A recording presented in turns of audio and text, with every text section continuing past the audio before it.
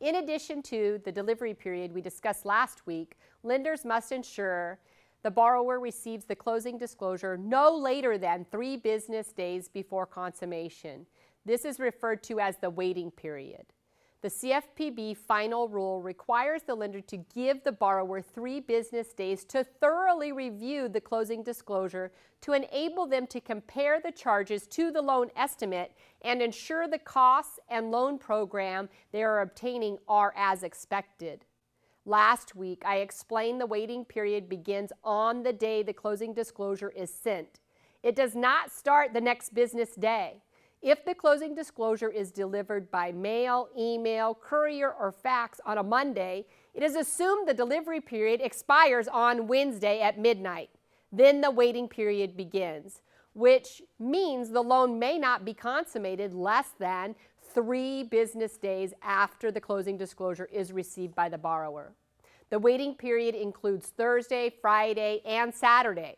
Therefore, the borrower would be able to sign on the next business day, which is Monday, unless Monday is a federal holiday. If signing is scheduled during the waiting period, the lender must postpone signing unless closing within the waiting period is necessary to meet a bona fide personal financial emergency. Consumers may waive their right to receive the closing disclosure 3 days prior to consummation only if they have a bona fide personal financial emergency. Bona fide personal financial emergencies are extremely rare. Determining whether one exists is fact-intensive. The only example provided by the CFPB is the imminent sale of the consumer's home through foreclosure, where the proceeds of the new mortgage can save the home from foreclosure, which isn't very realistic.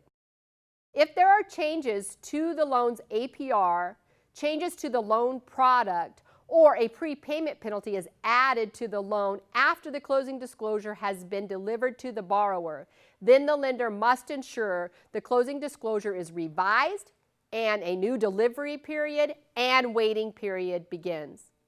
For any other changes which occur before the consummation that do not include the 3 we just discussed, the lender must provide a corrected closing disclosure with any terms or costs that have changed and ensure the borrower receives it. There is no additional 3 business day waiting period required. The lender must ensure only that the borrower receives the revised closing disclosure at or before consummation. There is no delivery or waiting period for the seller.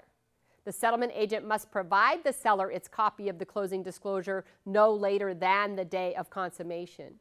The rule did not make any changes to the existing rescission requirements under Regulation Z.